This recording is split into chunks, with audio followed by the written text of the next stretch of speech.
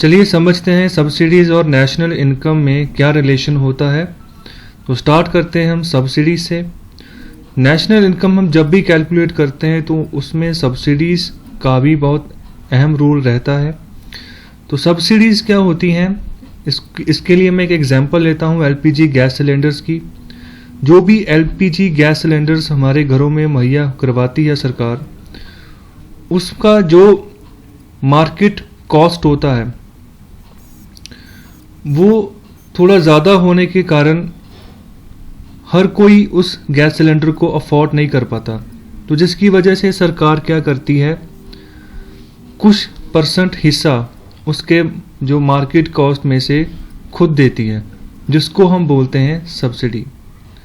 तो ये सब्सिडी जो है, पहले जो कॉस्ट होता था एलपीजी गैस सिलेंडर का, सब्सिडी डिडक्ट करके ही बताया जाता था, तो लोग उतने ही पैसे देते थे और एलपीजी गैस सिलेंडर को परचेज कर लेते थे। लेकिन अब जो है डायरेक्ट बेनिफिट ट्रांसफ़र स्कीम के ज़रिए जो है सब्सिडी की जो अमाउंट है, पैसा है, वो ग्राहक के बैंक अकाउंट में सीधे सरकार द्वारा डाल दिया जाता है।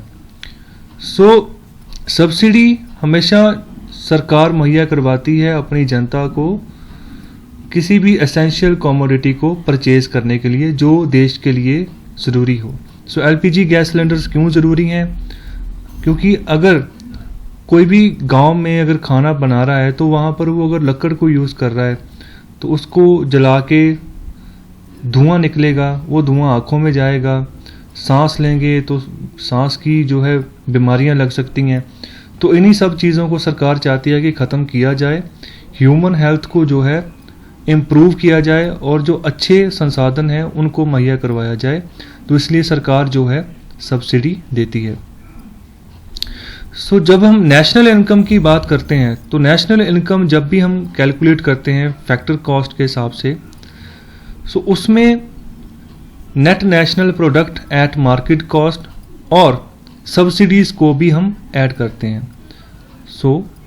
जो अगर सरल भाषा में बोलूँ तो नेशनल इनकम में हम सब्सिडीज़ को भी ऐड करके चलते हैं जो कि मार्केट कॉस्ट के हिसाब से मुहैया होती हो।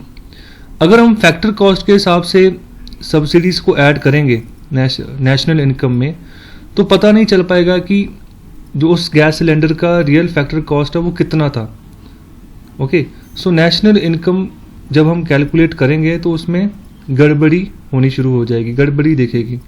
सबसे जो उसका रियल कॉस्ट होता है एलपीजी गैस सिलेंडर का, सब्सिडी को इंक्लूड करके मार्केट कॉस्ट के हिसाब से, उसी को हम नेशनल इनकम में ऐड करते हैं। और वर्ल्ड में अभी कोई भी ऐसी इकॉनमी नहीं है जो कि सब्सिडीज़ प्रोवाइड नहीं करती है अपनी पॉपुलेशन को। हर कोई सरकार जो है किसी न किसी रूप में सब्सिडीज़ देती है। जैसे हम पेट्रोकेमिकल की बात करें, पेट्रोल और डीजल की बात करें, तो इसमें भी सरकार सब्सिडीज़ देती है। ओके, तो सब्सिडी देने के बाद जो है कॉस्ट जो हमारे पास पहुंचती है पेट्रोल की, डीजल, वो सब्सिडी लगाने के बाद पहुंचती है। ओके, ये था नेशनल इनकम और जो सब्सिडीज़ है उसके बारे में ये छोटा सा लेक्चर था। मैं कोशिश करता हूँ कि लेक्चर जो है उनका ड्यूरेशन कम से कम समय में रखा जाए ताकि कि बार बार रिवीजन हो सके।